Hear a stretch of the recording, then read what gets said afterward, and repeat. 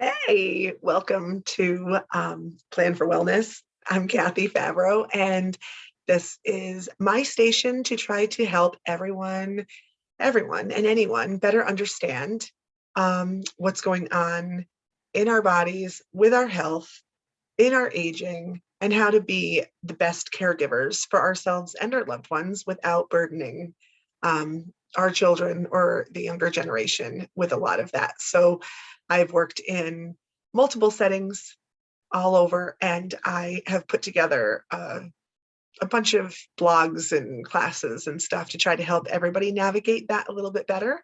And this is one of my ways of trying to reach out. And so I'm a certified dementia practitioner and a certified geriatric care professional. So a lot of people reach out to me, or I end up trying to help people through things if I just see a post on social media or whatever. And so many people between dementia and strokes primarily definitely reach out, and they're like, is this normal? Does this happen? Is this just my loved one, or is this typical and what I should be expecting to see? So I thought I would do a little little video on the brain itself. I don't want to say, I guess I'm trying to find the right words. I want to make it as simple as possible, but explain to you what every area of our brain kind of does. Not every area. I'm not going into each area, but I'm going to go into the lobes. So if you're a student working in healthcare, wanting to work in healthcare, then this will kind of help you broadly kind of look at, if I'm working with someone who had a stroke on their right parietal lobe, this is what it's going to look like. So that will be helpful to any students as well. But I want to make it very generic so that people can just get a grasp for what's happening. If it's a stroke, where exactly the stroke is kind of determines what you're seeing. But if your loved one has dementia, then you know that it's deteriorating all over in different places. So what you see when a change occurs is more than likely normal. But I want you to understand why it's normal and what part of the brain that's coming from, because I feel like the more you know, the less stressed you get. And as caregivers, we stress over everything. Like, I think you just put so much pressure on yourself that you are responsible for the healthcare of somebody who can't do it for themselves anymore sometimes, especially if it's something like dementia or if the stroke was a pretty significant one. And you just put undue pressure on yourself, and then you second guess things. I mean, I've seen people not take their loved one to the hospital when they should have, as much as I've seen people just panicking over things that are to be expected. So I'm going to share my screen, and I'm going to bring up a picture of a brain. Not a real one, but I love these that they do on online, because I love seeing the different colors so that you can see. I'm going to put on my glasses so I can see a little bit better too. And I have cheat sheets so that I don't forget anything, because it's a lot. But I had to, you recite things to short-term memory when you're in school, and then you keep using it so you remember. But then sometimes I finish these videos and I delete them because I'm like, I forgot to mention this whole other section. So I might as well just go with the cheat sheets and not pretend like I can just rattle everything off without forgetting anything. I tend to go on tangents sometimes. I'm very easily distracted. I don't think I have ADHD, but then I'll get all going on a story like I am right now. So when you look at these areas of the brain, I'll use my little cursor here. I think you can see it. These are lobes of your brain. This is your cerebellum at the bottom back here. Your occipital lobe is where your head starts to turn down towards your neck. Every hairstylist in the world knows that, because it's all about that during haircuts too. I was a hairdresser first. Your temporal lobes are here, your parietal lobes are here, and your frontal lobe is here. Inside all of those lobes, there's lots of areas. They're actually numbered. So neurologists and certain healthcare professionals like know the number or the name of certain lobes that affect them and their jobs or whatever's going on the most. So obviously neurologists definitely pay attention to that for brain injuries, strokes and that sort of thing. So we're going to start at the front and work our way back. So the frontal lobe, this is who you are. This is your personality. It doesn't finish forming until you're in your 20s, which is not surprising because we're kind of deciding who we are and what our likes and dislikes are. You find your own music in your teens. You know, you listen to your parents or grandparents' music or your older siblings when you're younger, whatever's around. But then when you're in your teens, you start kind of deciding the clothes that you like and the music that you like. It's your social cognition and thinking. When it's damaged, that's when people say like they have no filter. You're completely uninhibited. You lack initiation. You have poor impulse control if the frontal lobe is damaged. Your social behavior, attention to detail. It's part of processing your memories. Your reasoning and decision making, insight and judgment, sustained concentration. So are you seeing how like with dementia, but with dementia that you're, you know, sometimes you'll have like the sexual inappropriateness. You know, they may say things or use names that are inappropriate. You can't reason with somebody with dementia and explain to them that that hallucination didn't happen. There is no reasoning. Their personalities change. The amount of times that I hear somebody say my loved one would never say that to me or was never so hurtful, and now they say these horrible things to me. Well, they can't help it. They can't help it. Frontal lobe damage you see a lot. Specifically for frontal temporal dementia is a form of dementia that hits younger. Usually the average age is 57. It progresses pretty quickly. So you definitely see a lot of that inhibition and behaviors early on when it's first hitting, where you may not see that, say, if somebody has Alzheimer's and is just becoming a little bit more forgetful. That won't be one of the first things you see. You'll see that much farther down the road. People that are in car accidents, you know, where they might slam their head against the dashboard or something, you know, car accidents like that. I've seen people have to have part of their skull removed there because the part was swelling so badly, and then they can go in and fix stuff like that later. So that's your frontal lobe. I don't want to drag on for too long and lose your attention. So the temporal lobe down here, that is your primary auditory and language area. Your language area is typically on the left side, right above your ear.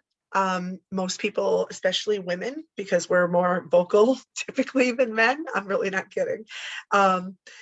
You can run your hands down and it'll usually come out just a little bit farther on your left side than on your right side because you don't have that language area on your right. Your temporal lobe houses the hippocampus, which is actually kind of works in concert with the parietal lobe up here too. And that's responsible for your new learning and any new memory. But the key role of the temporal lobe, a lot of it is definitely forming your long-term memories, high-level visual processing, like remembering faces. I know who that person is, you know. And with dementia, sometimes you'll see like that's their spouse, but they don't recognize them as their spouse. They don't recognize that face. So they could be sitting next to somebody they're married to for 40 years and then suddenly be like, I don't know who this person is. Object recognition also with that. So when that lobe is damaged, On the left side, like I said, you would have deficits in expressive and receptive language being written or spoken. And you can definitely slow down some of the auditory processing since the two go hand in hand. But on the right side, the visual lobe is damaged on the right side. Again, if that's like a stroke or a brain injury of some sort, or as dementia progresses, like all of this is kind of like, again, you know, you have diseases that are slowly taking away from the brain, dementia, multiple sclerosis, sometimes parts of Parkinson's, some Parkinson's becomes dementia, not all. I shouldn't even say that. That makes it sound like there's different types of Parkinson's. 20 to 30% of people with Parkinson's develop dementia. And they could develop Parkinsonian dementia or Lewy body dementia or something else. So like, that's its own thing. But you know, the brain, it's your powerhouse, it's your computer system, it's who you are and what makes you work. And it's electrical. You put out like up to 23 watts of electricity from your brain when you're awake. It is your computer system to your whole body and all the nerves. So again, since there's so many different areas of it, when I say when it gets hurt, it could be hurt because you have COPD and you didn't get enough oxygen. Your brain takes 20% of all blood flow and oxygen from your body as it circulates just to keep it going. And it needs it to keep going. So when it doesn't have enough oxygen, it's impaired and it's damaged.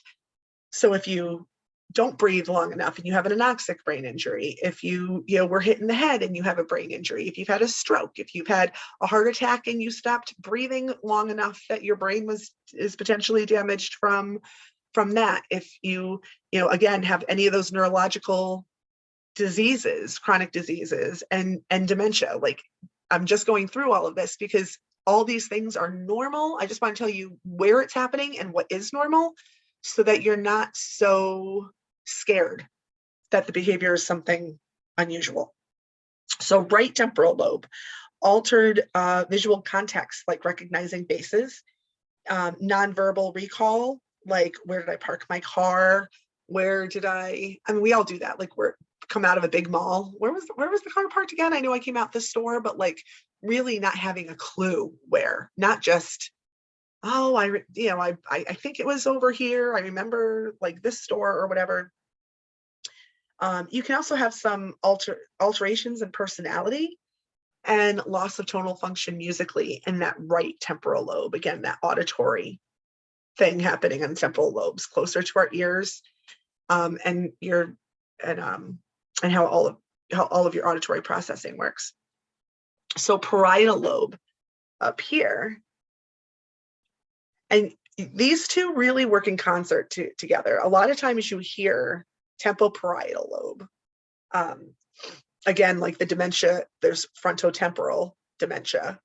There's the temporoparietal lobe because they really work in concert together. And like I said, the hippocampus is a part of your brain more deep seated, and it's closer in your temporal lobe, but it works with your parietal lobe a lot. And your parietal lobe determines your spatial sense, your navigation, your taking sensory information from your body and telling your brain where exactly you are. We use a term proprioception, which is, where is my body in space? I know that I can reach right here and pick up this cup. It's right there. I can get it. I can hold on to it. I know where it is. I can put it back down there. I know that if I think it's going to be empty and it's heavy, that when I start to pick it up and I notice that, I can adjust and calibrate that appropriately. So knowing where my body is and being able to determine that visual motor input together is coming from my parietal lobe. Now, damage on my left side is probably going to give me difficult with handwriting. Most of us are right-handed in this world, so the left-sided damage bothers our writing with our right hand. So obviously, if you're left-handed, not so much. That may not be an issue. But with right-handed people, dyscalculia, which is with difficulty with math. I always joke that that's me, but it's not, because I can balance a checkbook and I can tell you how much I'm going to pay for something if it's 30% off at the store. And I can, you know what I mean? Like the basic math concepts. I'm definitely not the mathematician of the family. But people who have damage on the left parietal lobe may not be able to do that anymore. They may not be able to really kind of figure those, what I consider more simple math skills out.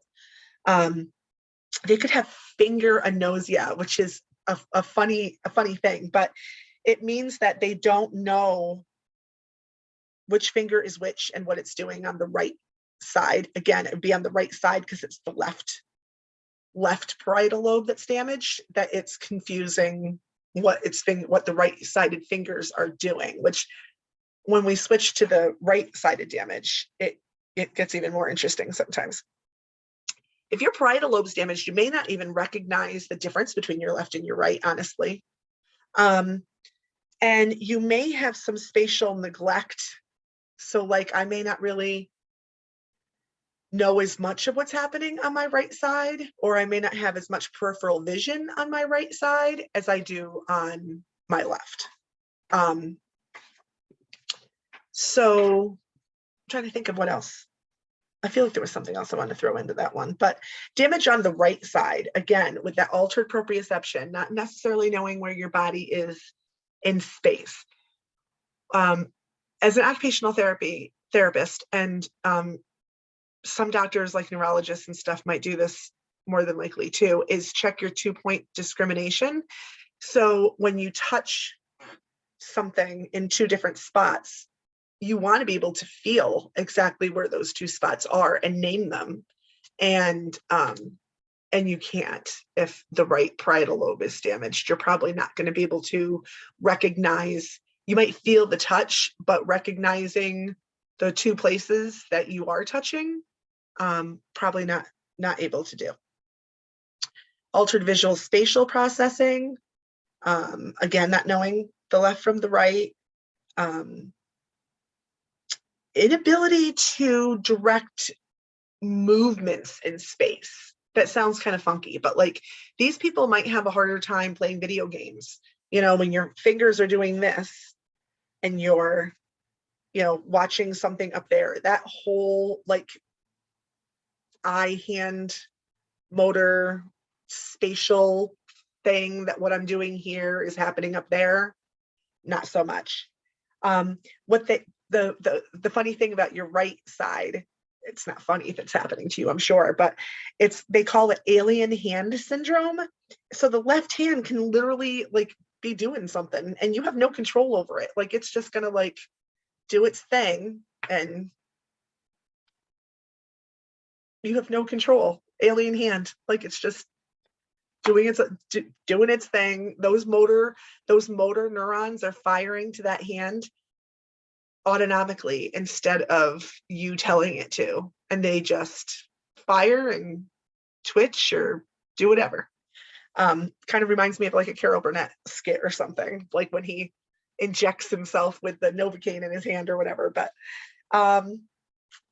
so the occipital lobe back here, pretty purple one on here, that's your visual cortex.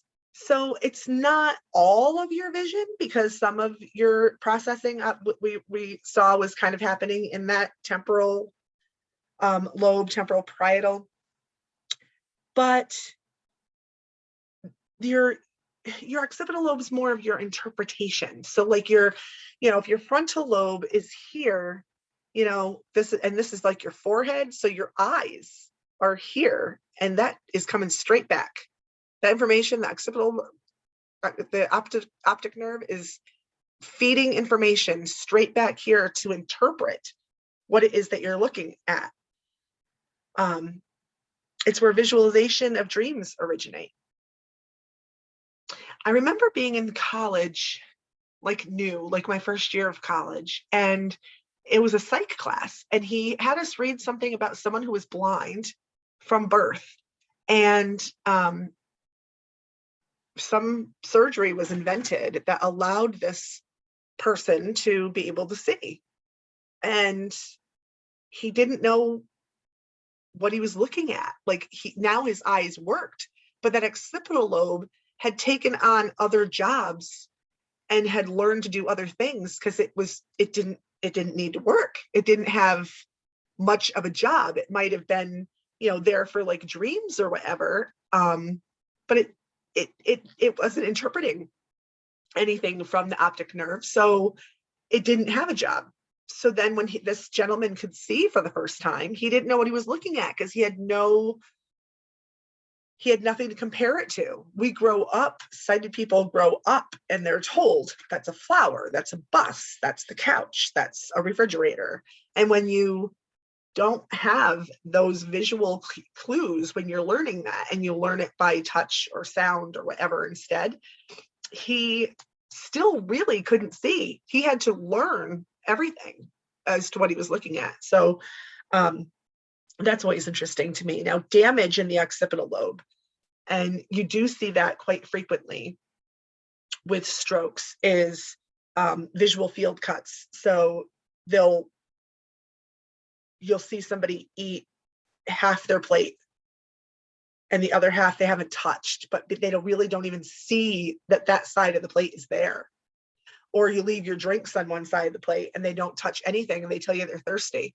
Well, because your cup is in the wrong spot, and they need to learn to turn their head and scan and be more aware of everything in front of them, because they literally only see half of what's going on, or they could be completely blind. The occipital lobe is also where, if there's deficits, lesions with dementia later on, the amyloid plaques, the tangles are starting to get into the occipital lobe, is where you might see some hallucinations. So I tend to tell most people hallucinations come more with Lewy body dementia. And I'm right, but I'm wrong when I kind of say that. When I say that, like, people with dementia will always have delusions. And I think people with nothing wrong with them might even sometimes have that, but they can talk themselves out of it really quickly. If you're traveling and you're in a place that's foreign to you and you're not familiar with, how shadows or light might cast on the floor, and you think that there's something there that's not there. So somebody could, when I say it's a delusion, I say it's more like the cord to the light, to the lamp, is kind of sticking out from behind the end table a little bit. And a loved one with dementia says, "Oh my God, there's a snake on the floor." That's not hallucination. They're seeing something. They're just misinterpreting what it is, which can happen, obviously, as we were just seeing. That can be happening from the temporal lobe. That can be happening a little bit from maybe the parietal, like hippocampus-ish. It could be happening in the occipital lobe. Like, it's just a mistake. It looks like something else to me right now. Where hallucinations aren't there. You're not necessarily seeing something that you're just misconstruing as something else. You're making it up. And with Lewy body dementia, you get a lot of really gruesome, more horrific type of, not nightmares. They're truly hallucinations. They could be nightmares too, but like, they're really, really bad. But everybody can hallucinate. So visual hallucinations when the occipital lobe is damaged. When damage happens along this whole line, or like right here where they all meet, you might have problems discerning color. Now, we all see color differently. Let me say that. Like, in your eyes over here that you can't see, you have rods and cones. Those are the neuroreceptors that allow you to see what you're seeing. And rods see peripheral vision and black and white, and cones see color. We all have a different number of them in our eyes. So when I say something is like fire engine red, somebody else could say, no, that's more of like a brick red. And somebody else could say, I think it's kind of a pinky red. And nobody's wrong, because everybody's seeing that color a little bit differently. But when that part of the brain is damaged, they may not necessarily know the colors, or call it completely something different, or not be able to name it at all. So colors, movement, writing, all of that can be skewed if the damage kind of happens right in that little tri-state area there. Now your cerebellum down here, that is the part of your body that like kind of your part of your brain that kind of takes everything else and makes it better, makes it smoother, makes it work right. So your cerebellum is your motor control, your coordination, your precision, your accuracy with things, your timing. It takes all the input from your brain, from the whole brain, and your spinal cord that you can't see in this picture.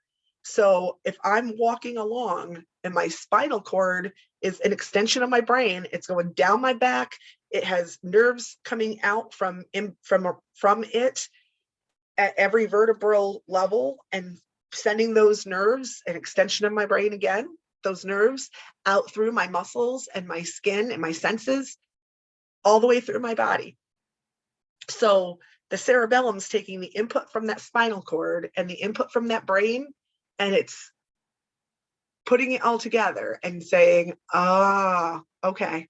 So when you start to slip on the ice and you start kind of almost Fred Flintstoning it and trying to catch yourself, your cerebellum's doing that. Your cerebellum felt your feet start to slide and tried catching yourself and is still trying to maintain your balance and keep you from falling. It may or may not succeed, but it's trying. It's trying its best. So damage to your cerebellum can lead to posture deficits, obviously equilibrium deficits, decreased fine motor learning, uncoordinated movements.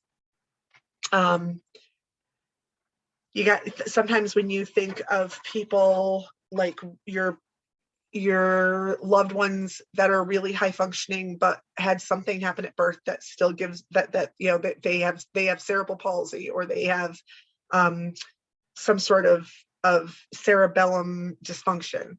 They might be kind of ataxic, so they might kind of move a little bit differently, a little bit jerkier, or a little bit, I hate that word jerky, but they just may not move in those same like fluid type of movement patterns, because they can't, because some of that coordination and that smooth moving, that posture and that motor control is just a little bit impaired. And then what you also can't see in this picture is underneath the cerebellum would be the brain stem. And the brain stem does all the stuff that keeps us alive. To your main motor and sensory nerves to your face and your neck, all but two. So you have your cranial nerves, two of them, your optic nerve and your olfactory nerve, don't go down to the brain stem. They stay up there in the brain, but the rest of them go through the brain stem. The neural tracts for your motor movement, your fine touch, vibration, sensation, proprioception, pain, temperature, itching. It's another reason I have notes so I don't forget any of those things. The neural tracts are all coming from that brainstem, and so I'm not going to get too in depth about all of that, but some of those neural tracts go straight down from our brain down to our body. Some hit the brainstem and cross over once and go down, which is why sometimes you hear me say, like, well, if it's happened on the left side or the right side, you know, if the stroke happened on the right side, it affected the left side of the body. If it happened on the left side, it affected the right side of the body. That's true with a lot of things, but not with everything, because some neural tracts go straight down. Some neural tracts cross over just once, giving us that thought. A few neural tracts cross twice. So they come down from the brain, cross over, and then cross over again and go down. So neurologists are fascinating people to learn all this. I mean, all of us have to take all of these classes in school, but again, like, you don't use it, you lose it. So it's always like a refresher. I always know if I'm going in to see somebody with a stroke, I want to know where it happened. Sometimes I don't get that information as an occupational therapist. Sometimes they're just like, you know, it was a right-sided stroke. They don't tell us where in the brain. So like, you go in, you meet somebody, and you're kind of teasing it all out and figuring it out yourself. And sometimes they give us tons of information when they go to a rehab. So it's different for everybody. But damage to the brainstem can actually cause dysphagia. I have a video on swallowing that I touched very briefly on that. And if the vagus nerve is damaged, cranial nerve 10, then that can, if that's damaged, or the brain, that part of the brain stem, that's where cranial nerve 10 is damaged, then that can cause swallowing problems. It can also throw off your sleep, like sleep apnea, insomnia, difficulty breathing. It can give you like vertigo that never goes away, more balance issues and stuff like that. So I just, I think that's it. I wanted to just give you kind of like a little overview. I'll get rid of this screen. A little overview of the different areas of the brain and what they all kind of do, so that you can see that that a lot of times what you're talking about when you're worried about your loved one, it's not all that uncommon. It's just the next step or the next phase of something else that's either getting damaged more by the dementia, or, like I said, those progressive neurological diseases. Strokes, a lot of times, once you see where they're going to be after rehab, you're not going to necessarily see a lot more of those changes in a lot of people. But when you've had a stroke, you're susceptible to another one. And then there's also like the people who have had strokes who, especially if they're pretty significant strokes, there's all sorts of things that can happen. It can actually extend, like even weeks later, have an extension of that stroke, a little bit more bleeding, or the bleeding that already originally occurred didn't go away as fast as it should have, or maybe the pressure caused another little bleed someplace else in the brain, and so it wasn't enough to be so noticeable that they would have been sent back to a hospital. But you see, like, they were doing good and then they got a little bit worse. Something like that can happen, so that can change a little bit. And people who have those neurological deficits also sometimes will have, the more infections they get, if they end up with sepsis, if they keep getting UTIs or upper respiratory infections or something, that when that infection comes, everything's even more so. And your brain is very plastic. It wants to flow and change and pick up the job of, like, my brother over here is down, I've got to try to pick up where he left off and do more of that work. And that's fantastic, but it doesn't always happen. And especially if you already have deficits like dementia, and then you have that stroke, you don't have the foundation to be able, like, that brain doesn't have the capacity to pick up other jobs because it's struggling doing the job that it's supposed to do already. So